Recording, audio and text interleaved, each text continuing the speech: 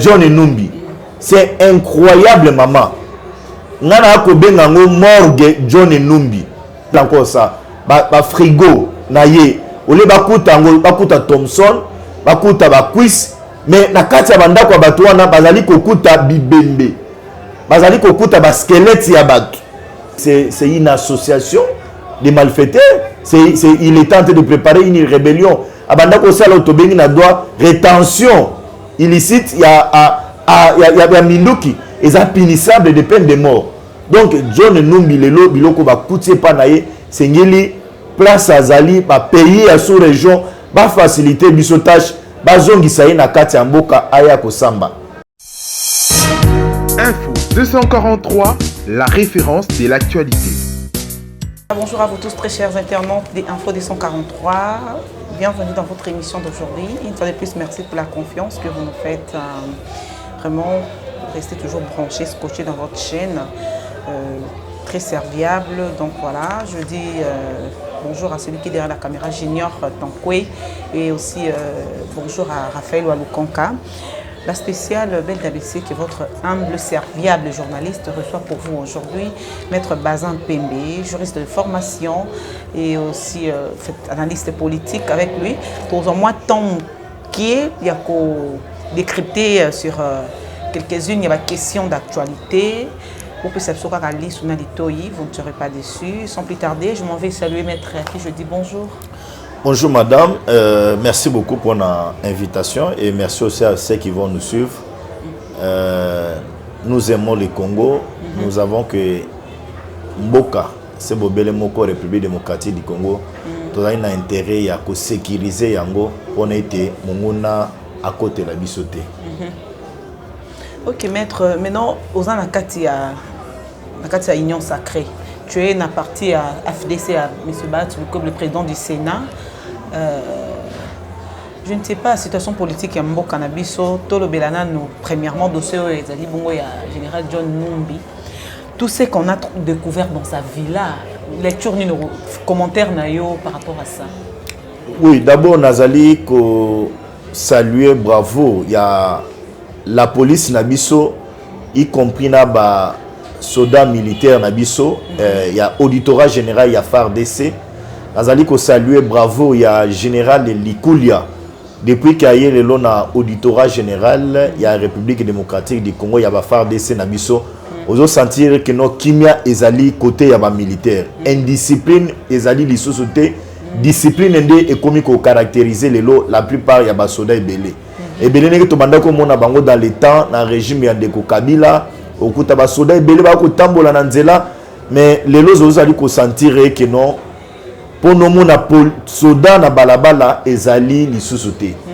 Coup de chapeau nae tozali ko senga ye discipline wana et continuer de plus même dans la magistrature militaire place yé les lots azali bien même que l'armée est apolitique mais l'armée militaire l'armée la justice militaire ezali wana pe pona ko traquer ba incivique neti ba John Numbi oh les lots tozali ko découvrir et pas John Numbi ezali mais gestion yandeko Joseph Kabila Kabange oyo asila ikoyana impunité ebele pour na ko favoriser ba anti valeur nyo surtout les autres ozali comme na classe politique congolaise même esila ikokota ti na kati ya armée na biso ba soda bo bazali apolitique policier bazali apolitique mais ndeko Kabila asila iko transformer bango ba komaki ba politique Kabila asila iko transformer ba soda ba koma ba commerçant. Je prends l'exemple il y a ndeko nani général Amisi et belé rambongo abanda ko bimisa lelo pona a soutenir équipe neti avec club ceux qui balingi ba auditer ye okomona transabilité et kozalate c'est même impunité wana ndezali ko continuer lelo ti et pas ya ndeko John Numbi. C'est incroyable maman ngana ko bengango morgue John Numbi. Vous pouvez vous imaginer que bakuta na kati ya ndako ya mutu na kati ya comment on appelle encore ça ba frigo na ye ole bakuta Thompson bakuta ba quiz mais na kati ya bandako ya bato wana bazali kokuta bibembe bazali kokuta ba squelette ya bato C'est incroyable, c'est inimaginable. Ce qu'on l'a dit, Mobeko Nabiso Yamboka, c'est là et condamnable. Ce qu'on tangi, code des militaires, c'est une association de malfaiteurs. Il est en train de préparer une rébellion. Abandako Sala Otobengi na droit rétention illicite, il y a Minduki, et ça punissable de peine de mort.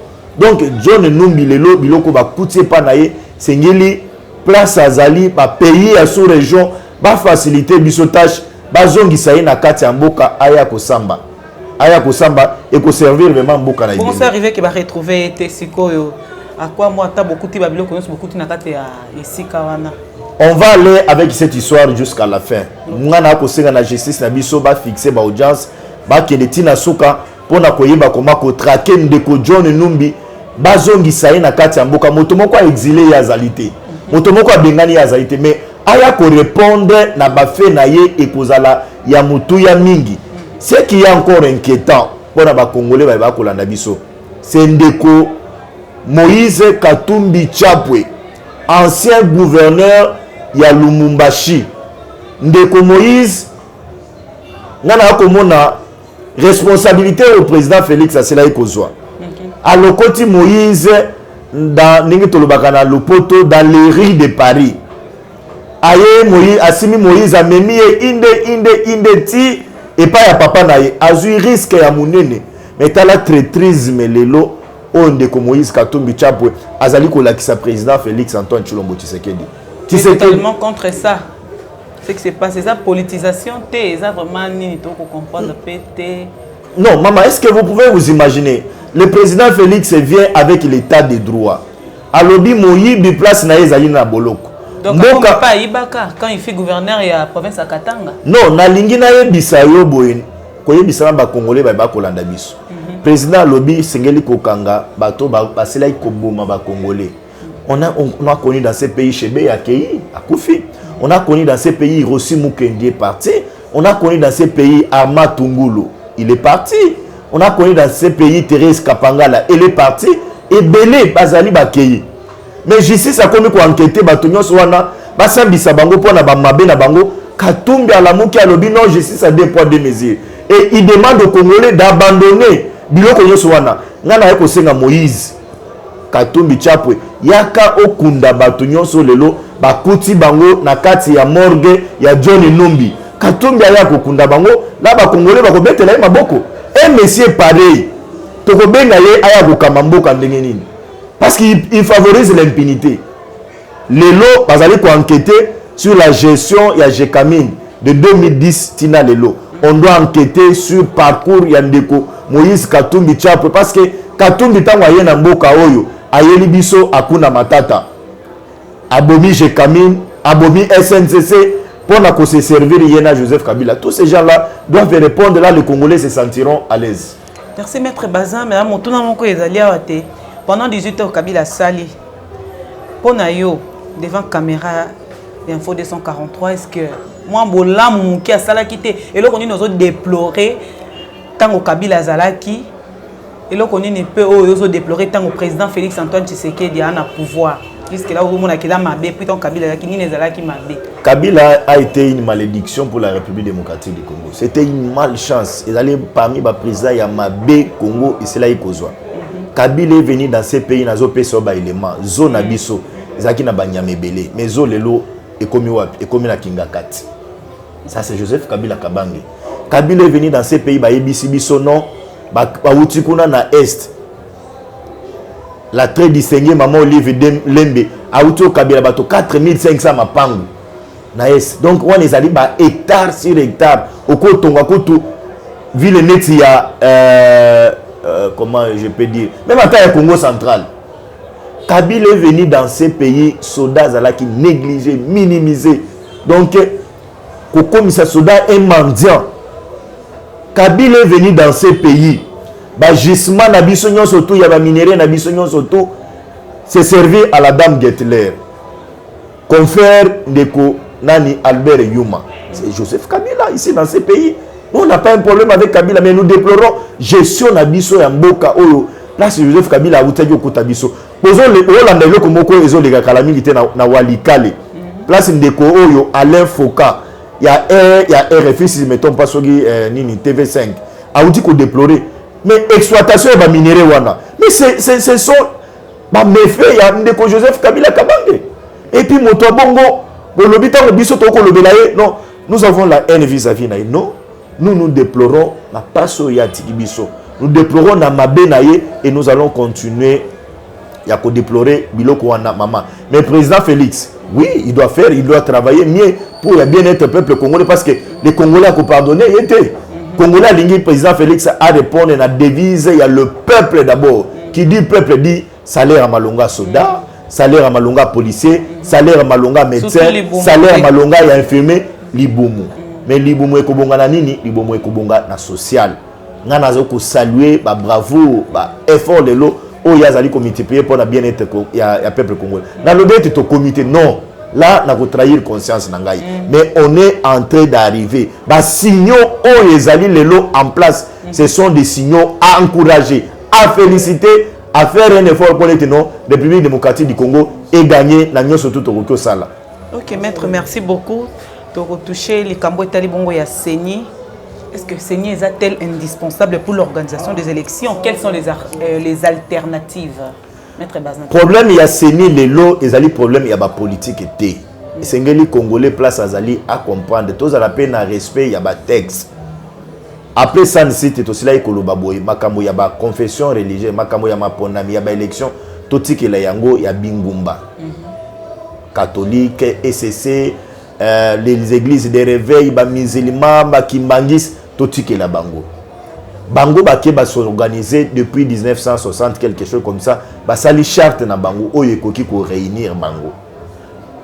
Ma pona melinge banana kati mboka na biso pona tozo ba élection en 2023. Tolobi bango ba kendo travailler. Rapport na bango et kendeti na bureau ya Assemblée nationale.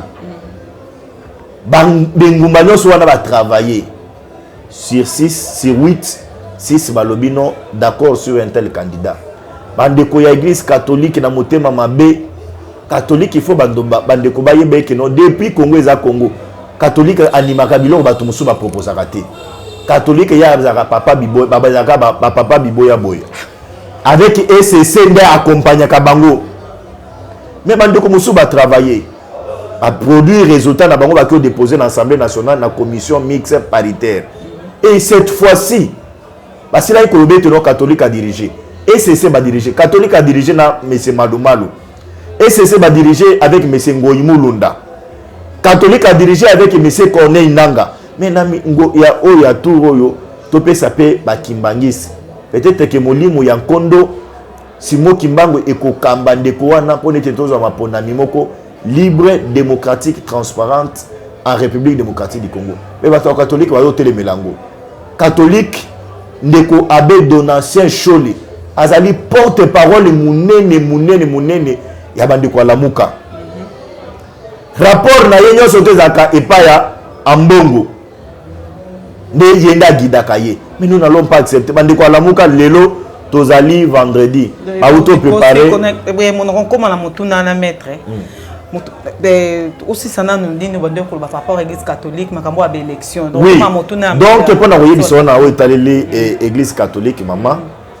Catholique va bloquer bisoté na SCC. Nous voulons les élections en 2023.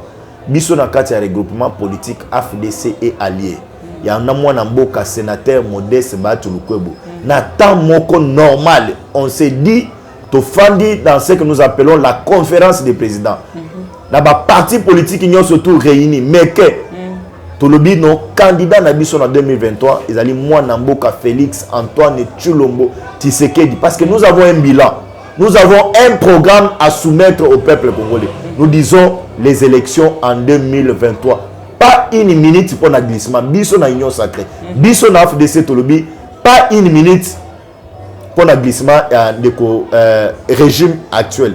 Nous demandons à M. Samalukonde, au Azali Premier ministre, je souhaite que akomema biso tina maponami papa bongisela biso mbongo bongisela biso mbongo tango koya ko présenter budget na yo tolingi toyo ka rubrique ya ba élection ceux qui mon solo ezalité pas na biso nous allons recourir et pas ya ba partenaire na biso pour ne pas financer les élections en 2023. Donc, nous, on est prêts. On n'est pas dans la distraction. Nous allons servir le peuple. Tokoko ma 100%, mais j'espère que jour Oyo, Union Sacrée, président de la République, y compris dans les liens de taille, regroupement politique AFDC, dans l'autorité morale de Nabiso sénateur Modeste Batulukwebo, Tokoloba, ok, 2028, Tosili Mwana Mboka Félix Solingito présenté Bila et Malonga. Parce que Tango AFDC a koya na candidat na 2028 pour les non, Kolela Ezalate pas. On a un président Batulukwebo Bunda Akocha Moutou. Non, mais dans le bien, Bati c'est un acteur politique. Oui. Là, ça m'engage que moi, Bati c'est un acteur politique.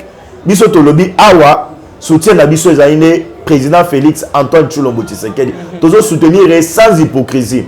En 2023, Yende Lissous. Maintenant, on est en 2028. Biso Bato regroupement politique AFDCA. Tokolobe qui non, c'est que les Fanda. Tu proposer candidat na biso mais ngana kolobe que non tongo tokoma ngonga wana na ko citer comme ya mwana mboka Modeste Batuluko parce que na ko mon inconvénient moko ezate azali intellectuel, il a l'ancrage, il y a installation en parti politique AFDC naye et puis AFDCA et puis azana ba allié moko ya makasi sur le terrain dynamique, les changements c'est maintenant na bande komusoso. Donc nous disons nous allons aussi réfléchir autour il y a eloko wana pona 2028 ti nini mbula musuze boya. Ok, maître Bazin Pembe, merci beaucoup. Mais au tout cas, yo bongo bato la muka, mon y a def minuto Martin Fayulu va prononcer, va soit bango li kanisi. Tu n'as pas une position, proposition par rapport à l'élection en 2023. Koki ko lobani par rapport na. Non, bandeko la muka bazali prêt pour la élection en 2023 te. Bandeko la muka bazali prêt pour un glissement pour maintenant bazo mbongo ya koya ko travailler na gouvernement pour maintenant et profiter na bango. Nazali copier ça ba congolais document ya bandeko la muka ningi ba travailler. Vous pouvez vous imaginer que bazo sala ba élection ba lobby pour na discussion entre parties prenantes. Parties prenantes, consensus autour des réformes institutionnelles. Bazo pesa ko ba tiango septembre octobre 2021. Batie 50 jours. Batie na rubrique moko ya mutuya lisusu. Ne voici kizenga ya un appel. Batie na ba rubrique ebele batiango ba vide. Par exemple formation ya bato. Batiango vide. Par exemple, il y a une rubrique mususu batie vide. Vous allez donner c'est un document que je viens d'avoir tout de suite là. Donc je peux rassurer à Congolais que non. Ndeko Muzito Ndeko Martin Fayulu bazali na logique ya ba élection en 2023 te bazali ko luka glissement bazali ko luka dialogue et loko ba ko zoate parce que biso to lobi dialogue et ko profiter biso. Apparemment baza sur na bango mingi notre bazin. Baza sur la muka ko la sur te na bango parce que bazali na programme ya ko présenter par ba Congolais en 2023 te. Bazali na maïba ko expliquer peuple à convaincre bango te maman. Les lots on ne peut pas se voiler la face. Toujours ça la déjà les lotés. On peut comprendre et que bah, jalon ils ont déjà posé et le président de la République est en train d'avancer. Il n'y a pas d'hypocrisie. Bien sûr que notre unité, le lot pour le bien-être social et le peuple congolais. Mais félicitons quand même. On est retourné sur le plan international dans les concerts des nations. Place ma décision miné les ali kozo malelo. Place ma forum miné les ali ko sale malelo dans le monde. Place ma décider bazalak. Mais vous sentez une invitation pour la République démocratique du Congo. C'est ce que nous étions en train de chercher. Ils ont des bureaux qui ont bousculé les investisseurs dans Katiamboka. Avec cette histoire de la guerre, nous imposer asymétrique. Dans Katiamboka, le président est en train de se battre aujourd'hui avec la diplomatie, avec l'armée. Nous allons continuer pour être notre Kimézon dans Katiamboka. Nous avons confiance parce que nous avons une République démocratique du Congo.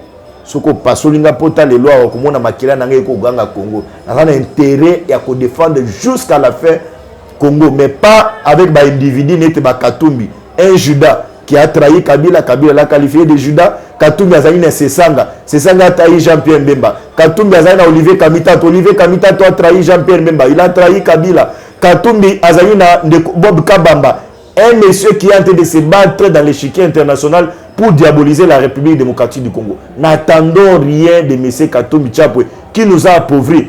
Asali lelo Kashamata. Kashamata naye et asali yango pemeni ya mai. On était bande kwa Zambie, ba touriste nyo surtout ya Zambie ba ya kolala na hôtel naye. Ezali hôtel moko lelo, ezali ko profiter na Congo te. Ezali hôtel ezali ko profiter na bande ko naye ba Zambien.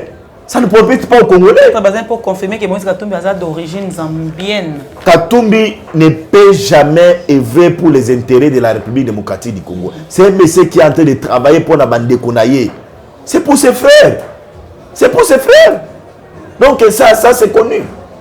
Ça c'est connu. Voilà, maître, vraiment, tout comme Kende, Mouké na souk émission na biso maître Kabonalo Boete sans que to aborder mon sujet italien à Congolité depuis ils avaient proposé na docteur Noël Tchani, on a dit bon présent à partir la force de changement.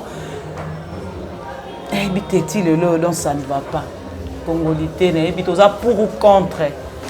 Non, na o italien likambo ya Congolité na koki koyebisa ba Congolais ba kolanda biso que Noël Tchani asalaki mobeko moko qu'est-ce qu'il dit?